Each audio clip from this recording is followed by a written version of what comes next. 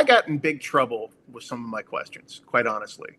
And one of my questions was, one of the elders' daughters was, um, I don't know, I don't want to say she was a lesbian, but she was bisexual at a minimum, and it was discovered, and there were beatings that occurred, and that bothered me so much, and was so angry that I went to that elder and I asked him, what is wrong with being gay? And he pulled out the Bible, took me to Leviticus, and said, right there, men shall not lie with men. And I didn't say it, but I almost said, did say anything about women in there, did it? But I didn't. Instead, I said, can you read the next verse? And it says that you shall not eat shellfish, or you should be stoned to death. Have you had a shrimp cocktail lately, elder? Then the verse after that says you shouldn't wear wool and cotton together. You shouldn't have mixed fibers. You should be stoned to death. Is that a silk tie I see with your wool suit? So these are kind of the things that I threw up and out in defense, intellectual defense of abuses that I had seen. And I didn't curry any favor with them asking these questions. And they didn't have an answer. It was always go talk to your mother or, read your Bible more.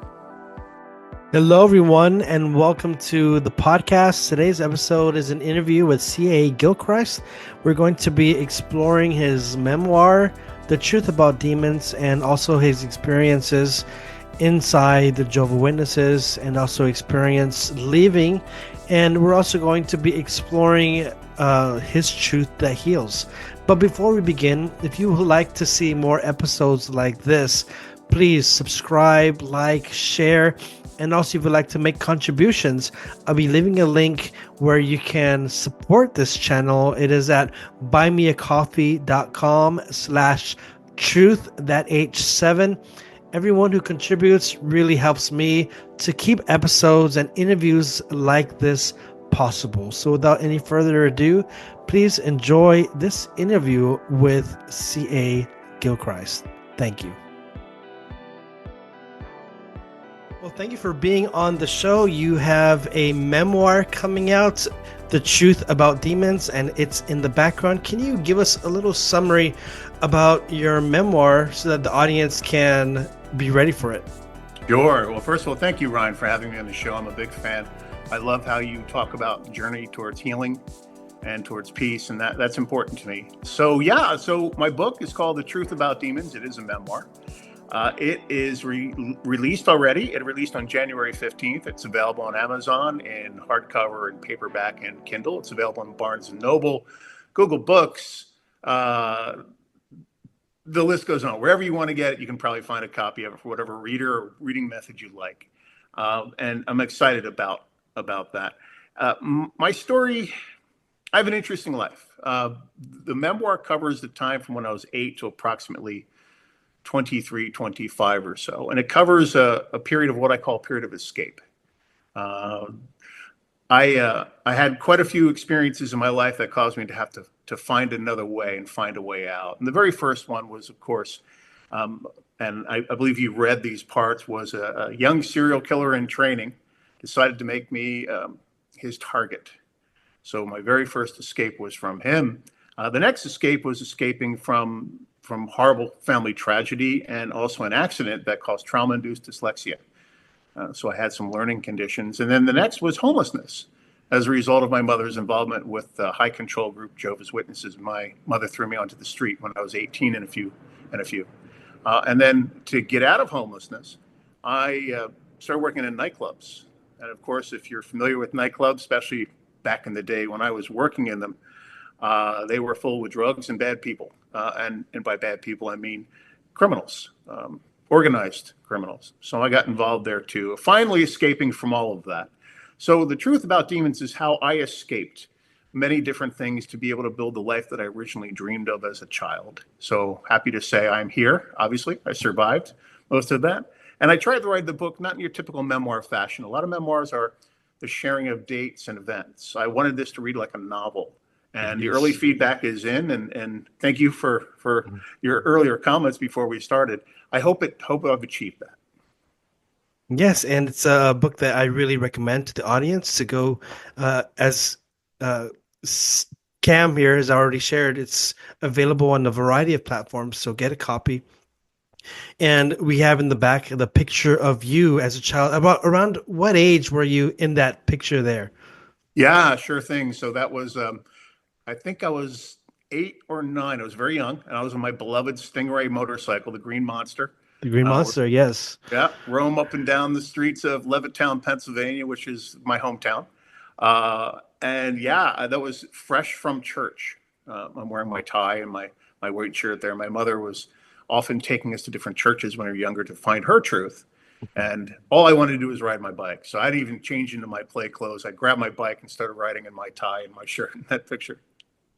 So something that I found interesting is that yes, there are a variety of parts in your book as your childhood, pre Jehovah Witness, and then getting involved in it. But you also see the adventurous side that you had in life with your Green Monster, and then you're going to I don't want to spoil it, but just you're going to mansions, dark mansions, and just you're in all of these adventures. Uh, what was the feeling when you would go home and have to stop those adventures? And because at dark, everyone has to go home, everyone has to be at home. Did you look forward to being home? Yeah, great question. So my early childhood life was wonderful. My very early childhood life, for the most part. There were some dark times, but it progressively began to get worse as my mother had struggles with mental issues, and those issues became prevalent the older I got. So initially, home was a safe, solid place for the most part, but eventually it became not so much. So I would do anything I could to not go home. The library was one of my favorite places in the world, the Levittown Public Library. So riding my bike, and when I wanted to stop for a bit, the cold water fountain at the library was a great respite, and also then I would read my books. I was a voracious reader. I loved nothing more than to read. Uh, Engaged in science fiction and mysteries and science books and philosophy books, whatever I could get my hands onto, I would read. So yeah, home was a good place at times. Like, I mean, anybody's childhood is, you have some rough times. I think ours were a little bit rougher because of some issues that were going down. And then my father took deathly ill with cancer at a later age. So he acted a bit as my protector in the home. So I knew when dad was home, things were safer. But after he passed, things escalated and got worse pretty quick.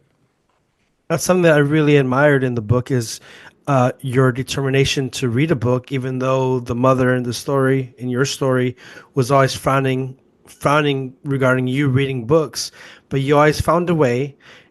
And also, I'm really inspired by your determination to relearn to read after you've already mentioned that a moment with dyslexia. Do you remember a precise moment, or was there a first book that just gravitated you and just said that, and that made Mm, you say, "I love this. Reading is awesome." wow. Good question. I don't remember a pivotal book that clicked. I don't remember ever not loving reading.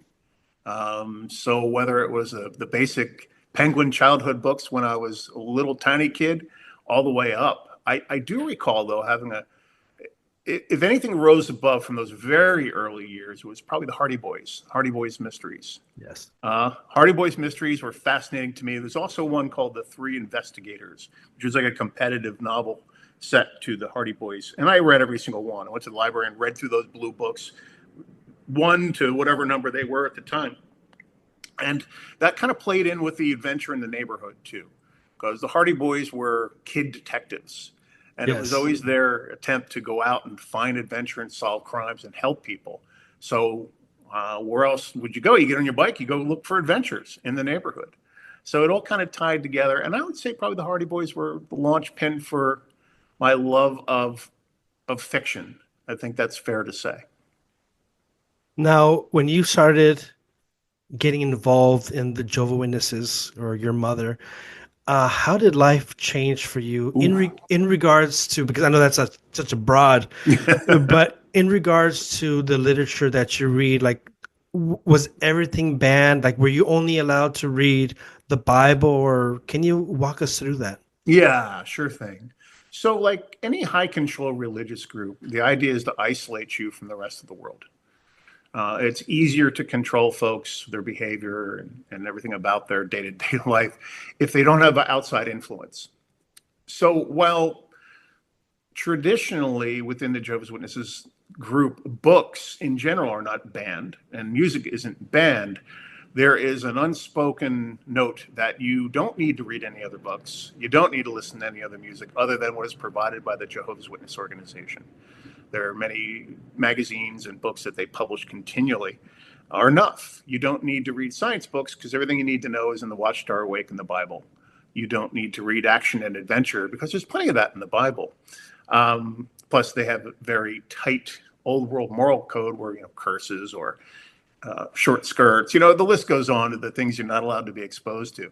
So, and there was also a geographical difference from congregation to congregation as to how conservative they were. We happen to be in a very conservative one. My mother initially went very crazy with the with the banning and records, books, anything that she thought had some sort of a demonic influence, because that's another big issue with the belief system, had to go in the trash. My mother believed in demons and spirits in the other world from a very young age, and she was always searching for an answer as to why she had events in her life and voices in her world. And when she found the Jehovah's Witnesses kind of clicked all cylinders for her, because they yeah, demons exist and demons can inhabit that chair you bought at the flea market, that book you're reading. And by the way, don't meditate because they'll get into your brain, they'll control you. So they're very much a demon end times organization. So as a result of that, most of my books, most of my records ended up in the landfill of Levittown, PA. So something that I thought before reading the book was that you were actually born into it. And also I don't want to judge anybody, but it really seems that your mother was very already programmed to be very paranoid. Can you maybe walk us through maybe what was life like with paranoid mother before JW, and what was life like with paranoid mother post her becoming a Jehovah's Witness? Sure. Well, I don't want to call my mother paranoid. And I appreciate Okay. why you're saying that, but we all have problems. We all Yeah. struggle. And mental illness is something that all of us have to some degree, I think, whether it's very superficial or it's very deep. So she had a rough upbringing. My mother was raised in a fire and brimstone environment. She was passed from stepmother to stepfather. She was one of many siblings, didn't get any love. There was physical abuse in her life, much of it.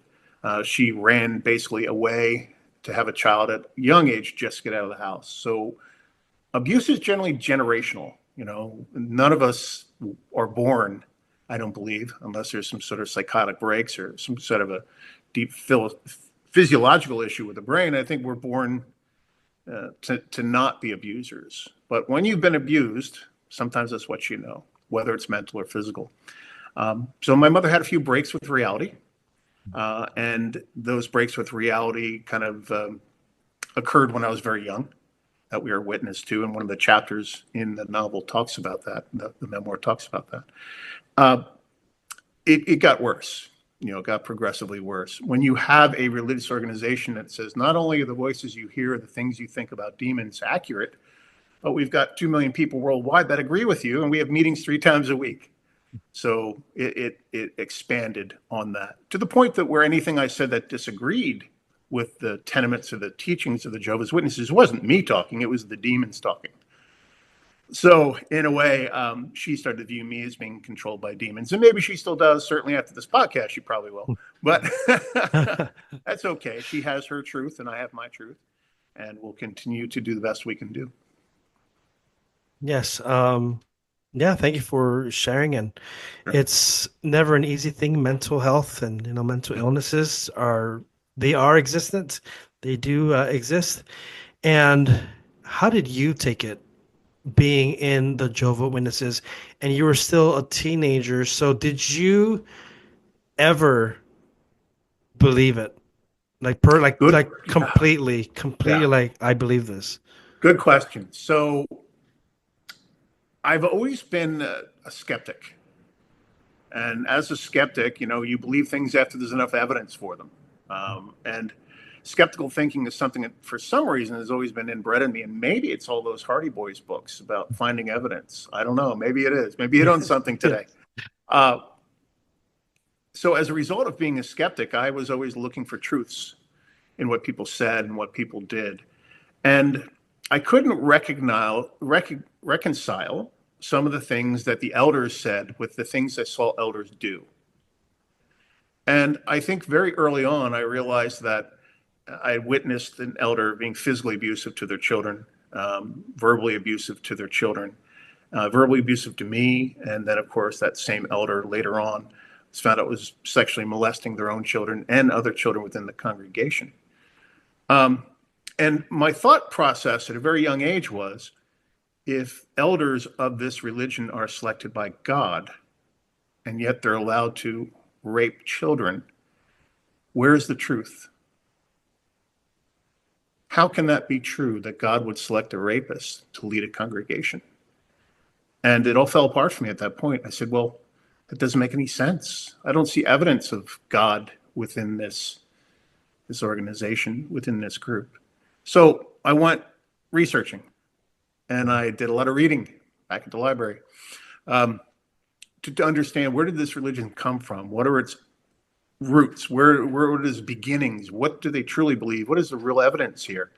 And I just found things that didn't agree with the logic that I applied to my life. So to answer your question, sorry, I took a left turn there. I don't think I ever had both feet in. I always had one skeptical foot out. And based upon that, it was detected by the elders that I didn't fully believe. Even when I was towing a line, when I was going to the meetings, when I was going out and door to door in field service, when I was saying the right things at the meetings, I think they always knew. Well, not think, they knew. There's just something about the questions that I asked, the things that I talked to them about, that kind of gave away my secret, right? And did they ever have real answers to your questions, or was it, when I say real answers, I mean reasonable? Because there's a reasonable answer that someone can give, or there is read the Bible, read Leviticus. I mean, like, what kind of answers did they give you?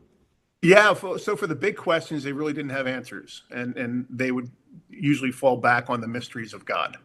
You know, it's a mystery we're not meant to understand.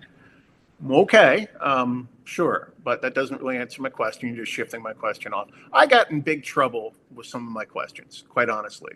And one of my questions was, one of the elders' daughters was, I don't want to say she was a lesbian, but she was bisexual at a minimum, and it was discovered, and there were beatings that occurred.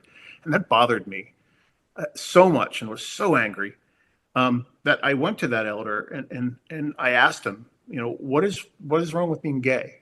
And he pulled out the Bible, took me to Leviticus, and said, right there, a man shall not lie with men. And I didn't say it, but I almost have said, didn't say anything about women in there, did it? But I didn't. Instead, I said, can you read the next verse? And it says that you shall not eat shellfish, or you should be stoned to death. Have you had a shrimp cocktail lately, elder? Then the verse after that says you shouldn't wear wool and cotton together. You shouldn't have mixed fibers. You should be stoned to death. Is that a silk tie I see with your wool suit? So these are kind of the things that I threw up and out in defense, intellectual defense of abuses that I had seen. And I didn't curry any favor with them asking these questions. And they didn't have an answer. It was always go talk to your mother, or, you know, read your Bible more. And you mentioned just a moment ago about you would do everything the right way. I mean, you said you think they knew, well, they knew that you weren't totally in there, but you did everything the right way. You would go to the meetings, the Kingdom Hall, and you also mentioned going door to door. How is, what was the energy within you going door to door and preaching, I don't know, the good news, or I'm not sure how y'all word it. How was the energy within you during those knocking experiences? Yeah, good question. I mean, most folks know Jehovah's Witnesses from that knock on their door Saturday morning, right? That's what most folks know. And they have these two magazines, Watchtower and Awake magazine. They want to leave them with you for a donation, at the time 10 cents. And then if you show interest, they're going to put you, mark you down a little book, and they're going to come back and talk to you more about their message of a paradise earth after the earth is wiped out, after billions of people are killed. That's their big message, right? The big message is Armageddon, the end of the world as we know it, not the physical planet, but the end of the world. So, according to the Jehovah's Witnesses, it was our job as adherents, as a Jehovah's Witness, to go out and spread the good news of billions of people being wiped out on the planet. And you too can survive into the new world of Paradise Earth. So that was the job, right? And back in the day, I sound like, the old guy. Yeah. But, I was in it in the early times. I was in it into the stay alive until 1975 times. That was said. It was known in the congregation that Armageddon was going to happen in September 1975. And everybody winked at it. Nobody ever published it in a magazine, although they did announce it at the assemblies a few times. It was coming. Got to go tell everybody. My mom bought in full on. Her life was a challenge. She was thrilled to hear that this world was going to be wiped out and a new world run by God was going to be established. That was fantastic news for her. For me, not so much. I liked the world. I liked the things that I saw, and I had a big curiosity. I wanted to continue living on. But as any Jehovah's Witnesses member knows, at the time, if you didn't turn in a time card with the proper amount of hours of door knocking, well, the elders were going to show up and they're going to ask you about your spirituality and potentially throw you out. So I hated it. I hated every bit of it. I mean, when I'm doing it, I've had people scream at me, doors slammed in my face, dogs sicked on me, guns shown to me. I happened one time. And it's just such an intrusion to show up on Saturday morning when someone's trying to eat their Cheerios in front of a cartoon or TV or spending time with their family and tell them the world's going to end. If you join us, maybe you can survive it. But with all that being said, what it did teach me is it taught me in a way, to not be afraid of speaking to strangers, which has really served me later on in life.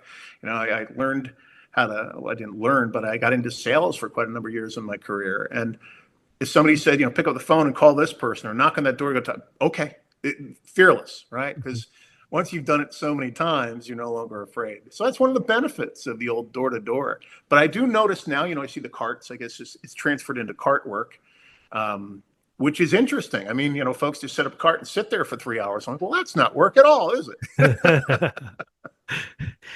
And do you get paid doing your work of going door to door and clocking in your hours? No. That's, you were talking about some of the things that you went through. That's basically free labor. For the magazines and to spread the word. So the way it worked at the time is the members of the congregations bought the magazines and the books, and then they went door to door to either hand them out or try to get a few dollars for them, a few quarters for them. I don't know how it works now, if that's still going on, but that was the old method. And no, you didn't get paid. No, you are. I mean, this is always hard for me to. Okay, now let's talk about the world, because you go door to door and you have the spirituality and you're trying to save the world, the people out there who are non-believers. You're trying to save them.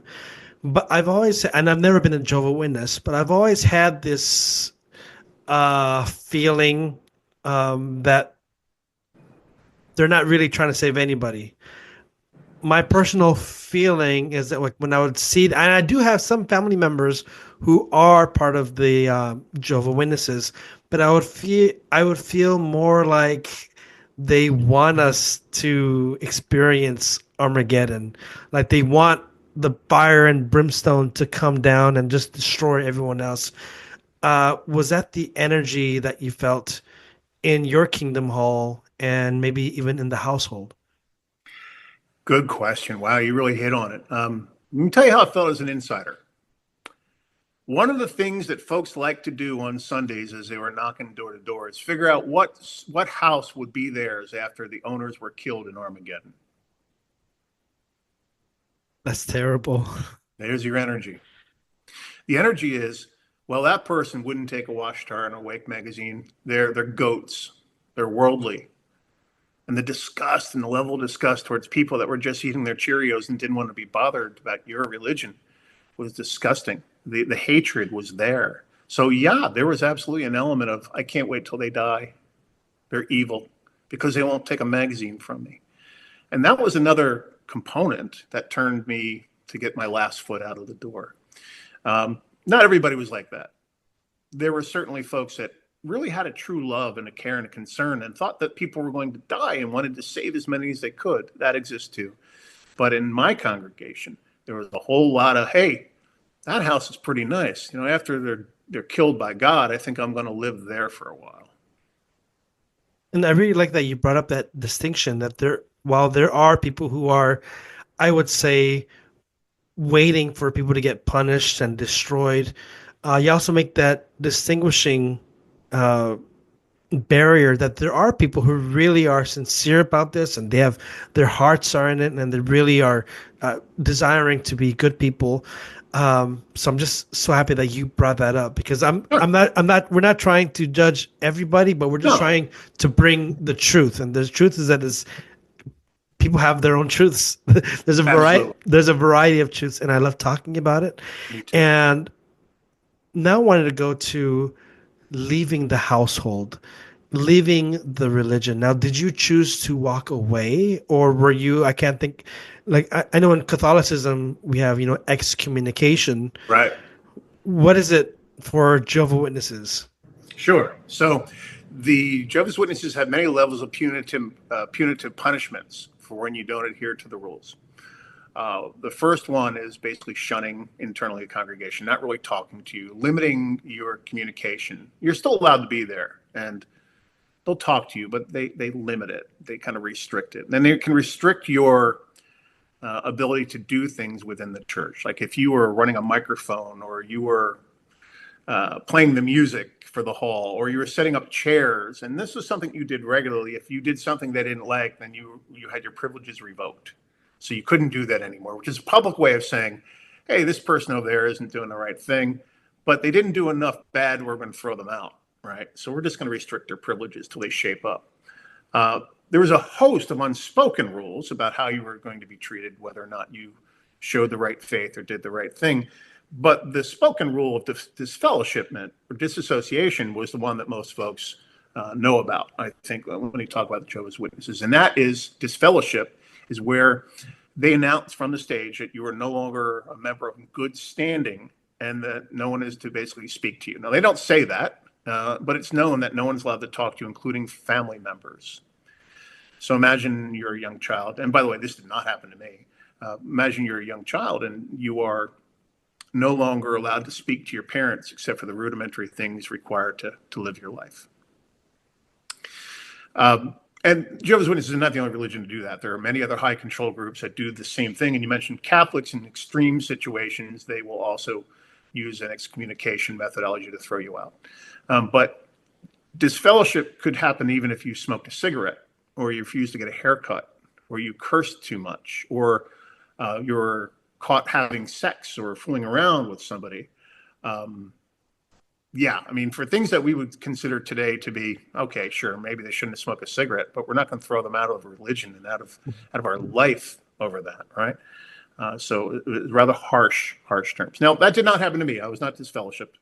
I kind of scooted out the side door on my own. I made a decision that I was no longer going to go to the meetings. I made a decision that I didn't believe the way they did. They were free to believe that way. My mother was free to believe how she wanted. My brother, all strength to them. Please live your life. But that wasn't acceptable. So the elders, who had already had a tempestuous, I can't say that word, who had a rough relationship with me because of my questioning and because of my resistance to what I saw as abuses, they're like, yeah, you should throw him out of the house. So they suggested to your mom to kick you out. They told her. They told her. Oh, okay. And the elders tell you something. And they may not say you have to, but say you should probably. That's a command from an elder. If you don't do that, then you're on the crap list, right? And that's the way it goes. And again, this may not be in every single congregation. I don't know. I just can speak to my events, my truth. So my mother did. She was not happy also because I was living a late night working in nightclubs. That was one of the few jobs I could get. So my best friend, Sydney, at the time, who also was an ex-Jehovah's Witness, and I would go to different clubs, and he would drive me, and I would DJ in the nightclubs. And I was getting to be pretty good. It was a good job, and it paid well, and I got to talk to girls. Okay. So it was cool, yeah.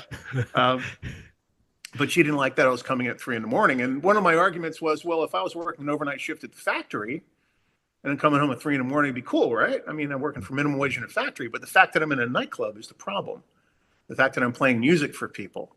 And of course, music of a certain kind, dance music is of the devil, demonized if you move your hips. And my response was, well, only if you're dancing properly is it of the devil. But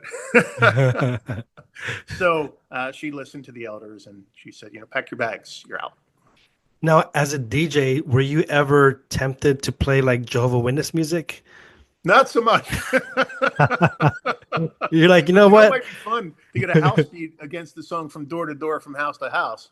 Interesting. Maybe I got to pull all the old equipment here and spin up Yeah, some tunes. put some I don't know what kind of music they listen to, but that'd be very interesting in the Yeah, it club. sure. I wonder Yeah. that. But yeah, I was DJing at the time when house music was making its first debut. Really, R&B and rap were pretty much brand new. Well, not R&B, but rap was sort of brand new too. So I was on the cutting cusp of, the original rap artists and the original house music. It was almost happening simultaneously. It was an exciting time in music, and I loved to DJ. That was something I just loved to death. Now here's like a side question. Sure. Did you have a DJ voice? I did have a DJ voice. DJ Cameron Alexander on the Wheels of Steel. All right. Yeah, I didn't do a whole lot of mic work, but yes, I did have the DJ voice that we would turn on. My voice has changed through the years a little bit, so I can't really capture the old DJ voice the way I used to. Okay, yeah. That was I just had to ask that question. Sure. I love music, and I just love this interview how we're discussing things Awesome. like the Hardy Boys and just so many things. It's not just about Jehovah's Witnesses, but your life is just full of experience, and it's very colorful. But inside of that life, that religious life, it seems like color is taken away. It seems like you're not allowed to read, you're not allowed to listen to music. Did you listen to music or read books like in private and secret? Or how did you, you were in it for how many years? About 10. So in those 10 years, did you have to hide? Yeah. How was that? It was not good. It was not good. So headphones are a fantastic thing, right? I had a cheap pair of headphones that I plug into my stereo and listen to what I wanted to listen to. I would play my broken down guitar in front of the mirror because I was going to be a rock star one day. I think all kids have done that at some point. Mm-hmm. And then as far as the books, the library was full of my books. The library was my escape. I was at the library 4 days out of 7. And I would check out stacks of books and I'd leave them outside or I'd leave them under my bed. And I would just read. And again, not to say that every single book I touched was not allowed. That's not the way it went, really. But some of them were absolutely not allowed. Anything that would have any allegory towards evil was not allowed. For instance, I distinctly remember Something Wicked This Way Comes by Ray Bradbury. And I think I open up my story with having to take that book back to the library. That was a real thing. And that was actually before my mother was a Jehovah's Witness. She saw the word Something Wicked on a cover of a book and insisted that I take back that demon-filled book to the library. Now, if you've read the book, Something Wicked This Way Comes, it's about the battle between good and evil, between two boys and an evil circus that comes to town. And it's brilliant in how it captures light versus dark, good versus evil, and the struggle that we all have as humans. It's a moralistic tale that tells you to stay strong and stay in the light and be good. But as many people do, they judge it the cover rather than the actual story. So that, to some degree, existed during those 10 years. It was called secular or worldly, is a word that was used to label things that are not allowed. Oh, that's worldly. We don't do that. That's worldly. You shouldn't read that. That's worldly. You shouldn't listen to that. The interesting thing to know is that hypocrisy is alive and well within that religion as well as every other religion, or it's got a high control. I don't know too many people that weren't doing their own thing, but publicly proclaiming to adhere to the rules. So that's another thing that is interesting. The hypocrisy ran deep. And it ran deep, especially with the elders. The elders did what they wanted to do because who was going to correct them? So there was quite a few events that I would consider immoral that occurred, but because it was done by elders, it was swept under the rug.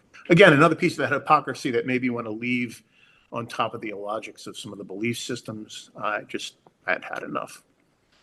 I really loved how just a moment ago you just brightened up talking about this book and going through it and the good and the evil. And I really see that you have a passion for books. Do you still read today? Oof. Absolutely. As soon as we're done here, I'm going to go back to my book. Yes, I do. I'm a voracious reader, and I'm thrilled by the whole concept of e-reading. The fact that we now have a device so we can pick out and read, and it can store tens of thousands of books is amazing, and I love it every day. So yes, I'm a voracious reader. I'm reading, I think I've got 6 or 7 books going right now, a couple nonfiction, a couple about publishing, a couple fiction stories written by a good friend of mine. And another author who just came into my life, and he just wrote this amazing series of books. So I just started picking up his too. So yes, I'm still a reader. I love them. I think everything that we want to know can be found in a book written by somebody somewhere. There's been tens of thousands of years of books written. And now with the internet, you can access just about every one of them. Yes. All those stories, all that sharing, all that research, all those ideas right at your fingertips. And I think in looking back in retrospect to the way high control religion groups, I think that's the biggest, saddest thing, that you're cutting off all this growth, all this information from your people. And it's so sad. I think of what people can be, the potential of who they can become if they had the freedom to explore. And that's sad to me. And I noticed how you really just brightened up, and you were very just a different you when you were talking about, these books. But then when you were going on to talk about the hypocrisy, it's just a different energy. Just the hypocrisy of these, what do you call them? Kingdom, they're not priests, elders. Yeah. The hypocrisy and the abuse, and it's okay because they're an elder. So it's like they get the go ahead. Yeah. But we can see the bullshit sometimes. It's Yeah. not right. Has there ever been accountability that you've seen from the Kingdom Hall, for example, where an elder screws up, but maybe he has at least the guts to say, you know what, I'm sorry, I apologize. Did you ever see that type of energy or attitude from any of the elders? Not in my time there. Not in my time there. I'm sure it's happened. I'm sure, there is every range of eventuality that possible. It's probably happened. I'm sure that there have been elders that have had good hearts and didn't mean to cause harm, and maybe have caused harm and have apologized or stepped down, or taken themselves out of the game, so to speak. There are many ex-Jehovah's Witnesses, ex-elders, many of them. And they're all over the forums, and they feel bad about the things that they did. And they weren't necessarily immoral in any of the way, but adhering these, destroying families is what they feel worse about. They feel bad about the fact that they destroyed someone's family because, an 18-year-old boy wouldn't shave his beard. So they reproved him, and they reproved him so much that he said, well, screw you. And then they threw him out, and his family can no longer speak to him because he had a beard. That's an extreme situation, but one I'm aware of. And then you have a situation like my friend in the book where I shared what like ladies' shoes, right? I mean, that was his thing. Who am I to judge? I'm straight. I don't cross dress. I don't know if that's the right term now. I'm a little older, but that was his thing, and I didn't care what he did. Like, if that makes you happy, you're not hurting me or anybody else. But his father would beat him to the point where eventually he OD'd and died. So, yeah, I'm sure there are elders who regret that, who have come out the other side of that. And look, we're all trying to make our way in life. We're all on our own journey for truth. Some of those journeys have pain, and sometimes we do the wrong thing. I always think there's a chance for redemption. I always think there's a chance to make up for things in your life and to make things right. And I wish nothing but peace to all those people, all of them. I think that's powerful. I mean, even for people who are in a cult who may be listening, because I'm sure that there may be some current JWs who may be listening to this podcast or reading The Truth About Demons. Redemption is possible for everybody. I'm not saying, convert or leave your religion, but just to be a good person. I think everyone has that potential. I think you've really spoken well on that. That's always a possibility. And the sad thing about cults is, in the high control, is looking for the demon in everybody, looking out everyone else outside of the religion, outside of the community, is demon influenced. But I want to now get to what was the definition of a demon for you or for your family during that time? How do y'all define it? And evil, like what is the definition of a demon and what is the definition of evil for when one is in that kind of mind, in that? Sure. Yes. Sure. So in the Jehovah's Witness organization, a demon is a real thing. It's a devil. It's a spirit. It's equivalent to a Satan. In the Bible, I believe it speaks to Satan and a third of the stars, which were allegorically referred to as angels, turned bad and went down to the earth and started getting up to no good. So for the Jehovah's Witnesses, they take that literally. They believe that demons are real things that can inhabit you and they live in some spirit realm somewhere. So when they speak of them, it's not metaphorically, it's real. There are real demons that inhabit you, similar to the way the Catholicism talks about demon possession and exorcism. So that is the belief. In that belief, demons can also inhabit items, physical possessions. And one of the funnier stories is when something bad would happen to some of the folks in the congregation, rather than trying to figure out, did I do something wrong or what was the circumstances that call that bad things, they say, what did I buy at the flea market recently? Did I buy something that has a demon in it?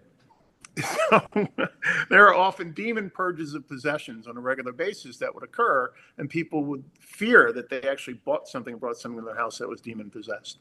So, and I don't mean to laugh, but some of these things are comical to me. That maybe you bought an old chair, and that chair is demons, and now that demon's in your house messing with you. If that's what they believe, hey, listen, go and enjoy your belief. The unfortunate side of that is that was applied to me as a child. That maybe your toy has a demon in it, or the book you got from the library is a demon in it. So it made for some interesting times, for sure. So now I want to get into you leaving. What was life like turning the page and walking away and starting a new life? Yeah. So my separation wasn't a smooth one because I was thrown out into the street. I was thrown out into homelessness. I was 18. I had no skills. I had no money. I had a bag of possessions and some clothes. I think maybe 4 changes of clothes. And I had a motorcycle that was broken down half the time, and I had a couple crates of records, and that's all I had. So my separation wasn't just from the religion. My separation was from everything that I knew. So the book goes into how I recovered from some of that, how I managed to build a life with music and DJing and nightclubs and eventually drugs and alcohol. And eventually, the criminal underworld in Philadelphia, organized crime to a degree. So it's an interesting read. I'll just throw it out there if somebody wants to take the journey with me. None of those things are in my life anymore. But it was an interesting journey. So my journey was kind of long and complicated. But along with being on the street was also freedom. Freedom of mind, I was free to do and be everything that I wanted to be. I had to find out who that was. I didn't even really know because I'd spent so many years trying to be what somebody else was forcing me to be. So I had to create Cameron Gilchrist. I had to determine who he was. And then after I built a Cameron Gilchrist, DJ Cameron, I realized that that wasn't who I was. I built a survival animal. And the survival animal that I built was not who I wanted to be when I was 8 years old, or who my father thought I could be. Excuse me. So I had to build that person from scratch. And eventually I did. And here I am. And I wrote about it. That's beautiful. During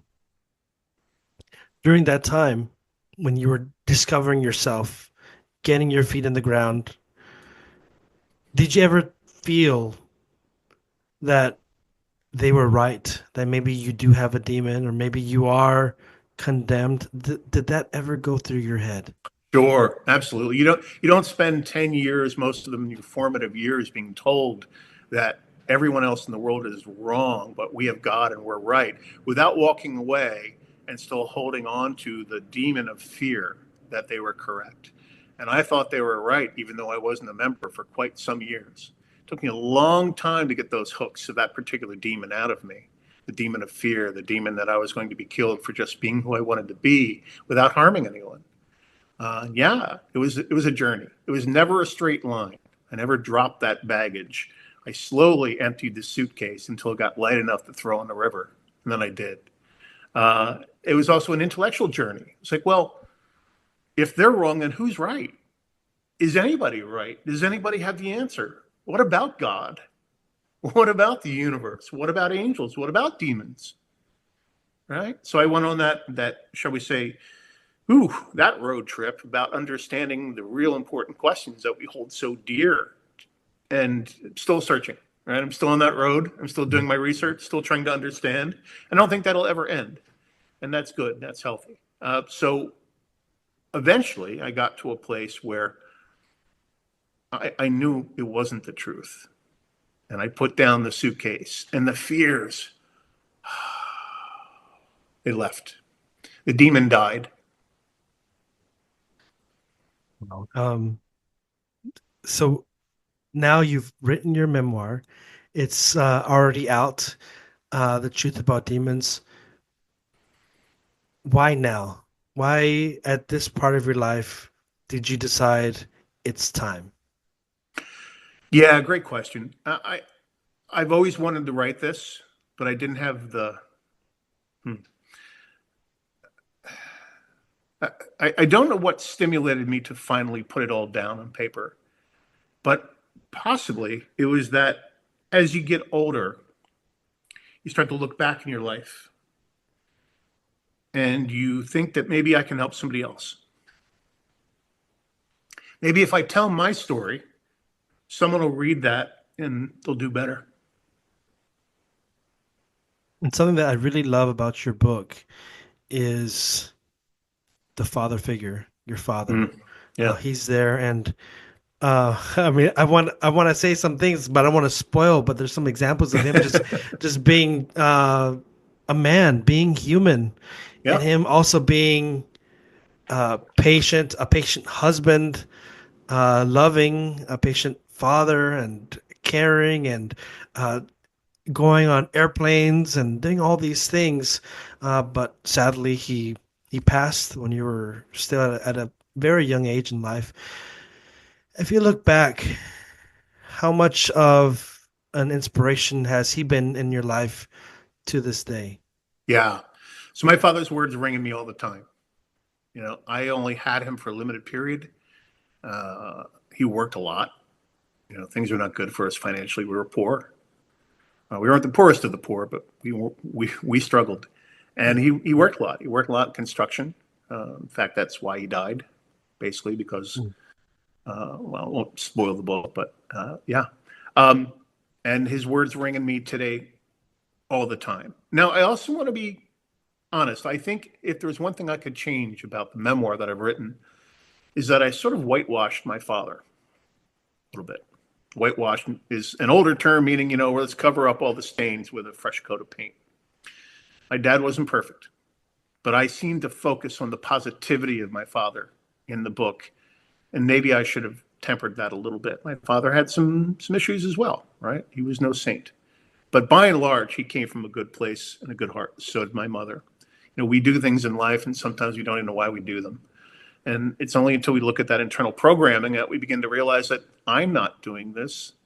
I think I'm doing this because the demon that I inherit, which is the behavior patterns from my parent or from a grandparent, have been passed down to me, and I'm just reacting without any consideration.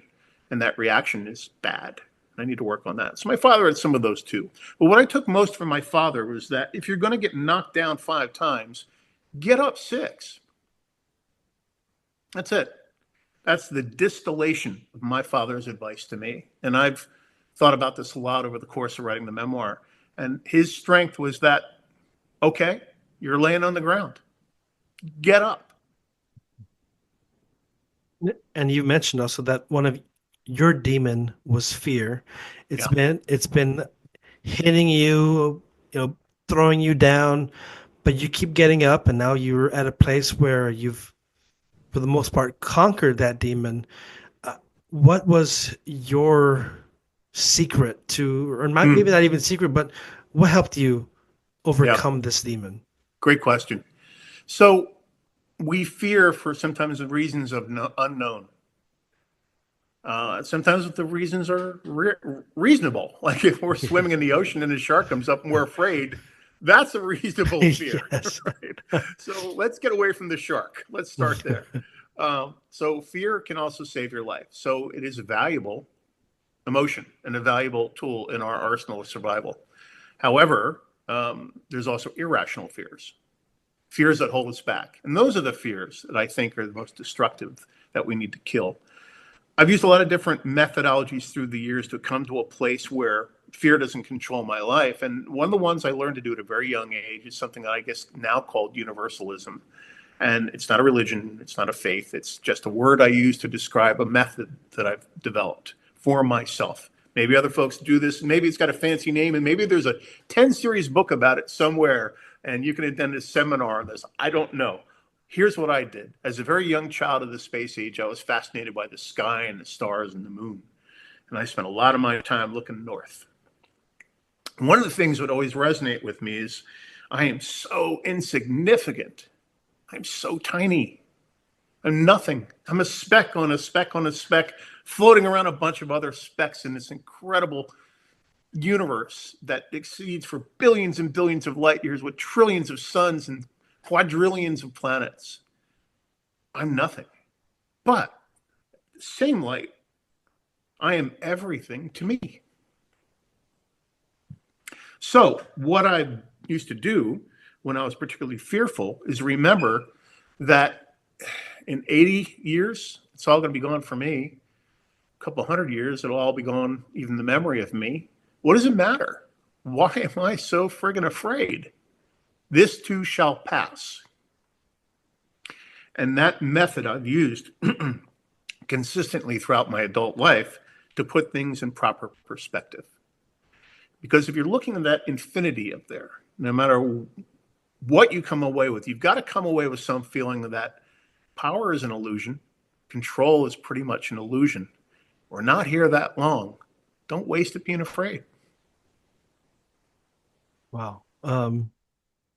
Yeah, I really love this interview. I really love where your mind is and how much you've from the book. I mean, because we follow you from your childhood, how much you've really just the growth of positivity and strength and resilience that we see in you today. And I think it's inspiring for me because it's only been almost 10 years since I left the cult. And you are, I would say, an example that others, survivors from other cults, can look up to and say, okay, I can be like Cam one day. It's an inspiration because when you're in a cult and you've just left, there is that depression or that burden of Yeah. I'm not good enough, or I'm a failure, or I'm not going to be part of the saved, the few saved, the apocalypse or the Armageddon's going to come, and I'm going to be nothing. But you really bring hope that there is potential to grow and to be a good person, and to write a memoir and to inspire others. And now I want to get to my last question, which I ask all of my guests, and that is, what is your truth that heals? Yeah, great question. I love when you ask that question, folks. I think it's a really important question. Um, yes, I'm an author because I wrote a book, but my words are simple. They always have been. And if I can get through it, so the author Charles Bukowski wrote something called The Laughing Heart. And unless I break up, I'd like to read it to you. Your life is your life. I can't. Sorry. My truth. I'll just reference people. Go read The Laughing Heart by Charles Bukowski. And that's my truth. But my truth is this. First, free your mind. Find a still calm place within yourself. Find your center. Free your mind from outside influences. Second, figure out your own demons, whether fear, insecurity, hatred, revenge. Kill them. build your own life and go live free. That's it. Thank you so much, Cam, for being here on the Heels podcast. And Thank you. before we leave, if you can share with the audience where they can find your books and even more information about you. Sure, I'd love to. Thank you. First, again, thank you so much for having me on. I love your cast. I love the way you find the emotional center of people, even when they almost break down like I almost did. Um, but it's important. The Truth About Demons is available on Amazon. It's available for your Kindle. It's available in paperback and hardcover. It's also available through Barnes & Noble for your Nook. It's available on Apple Books, Google Books, and many, if you're an international listener, there's Kobo and many other vendors for an international readers. So if you have any questions at all about the book, you just want to say hi, you go to my website, which is camgilchrist.com. There's a comment section. I read every single comment. I try to respond. Let me know you're out there. Tell me what you thought of my story and tell me if I can help you. And then just before we close, I rarely do this, but bonus question time. Uh-oh, I'm ready. Okay. Because I've read most of your book and we see all that influence that you have with books and music. So this is going to be a tough one. Are you ready? Okay, I'm ready. Give me a minute. All right. Let me drink. That's Soda. that's liquor, right? Whiskey? No, not at all. No. Okay. I have soda. I have my tequila right here. I'm ready. Nice. So my question is, what is your favorite book, your favorite movie, and your favorite song of all time? The bonus questions are hard today. Favorite movie? Okay, my favorite movie is Star Wars.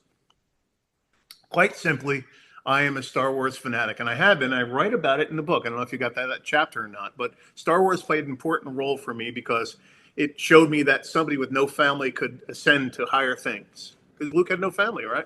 I'll show you one of my recent tattoos. Okay. But there's the rebel symbol, and this says, in the language of Star Wars, "Like my father before me," is what it says. My father was a rebel. I'm a rebel. I love rebels. I like people who say, your system's not working for me. I think I have a better one, but thank you. So that's an easy one. Star Wars, absolutely. But I have so many films that I love, but I'd have to go with that. And I have films from every genre you can imagine. They're favorites. Favorite book?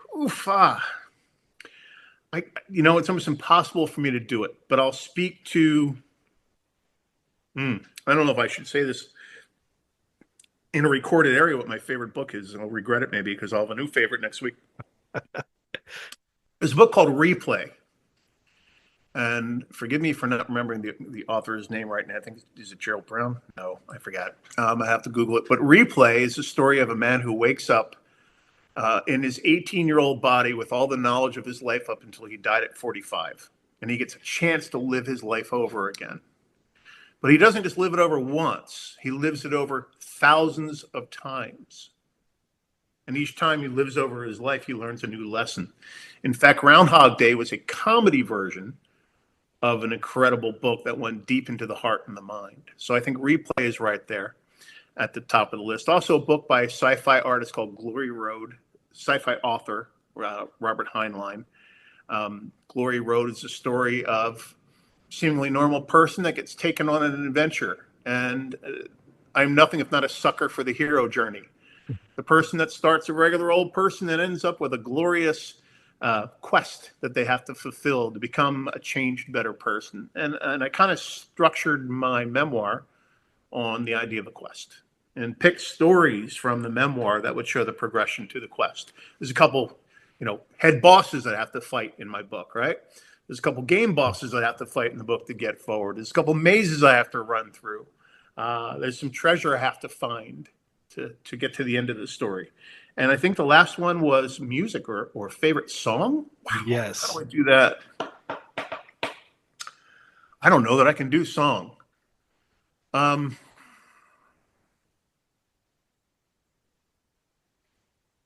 don't know that I can do it. It would absolutely be something by David Bowie.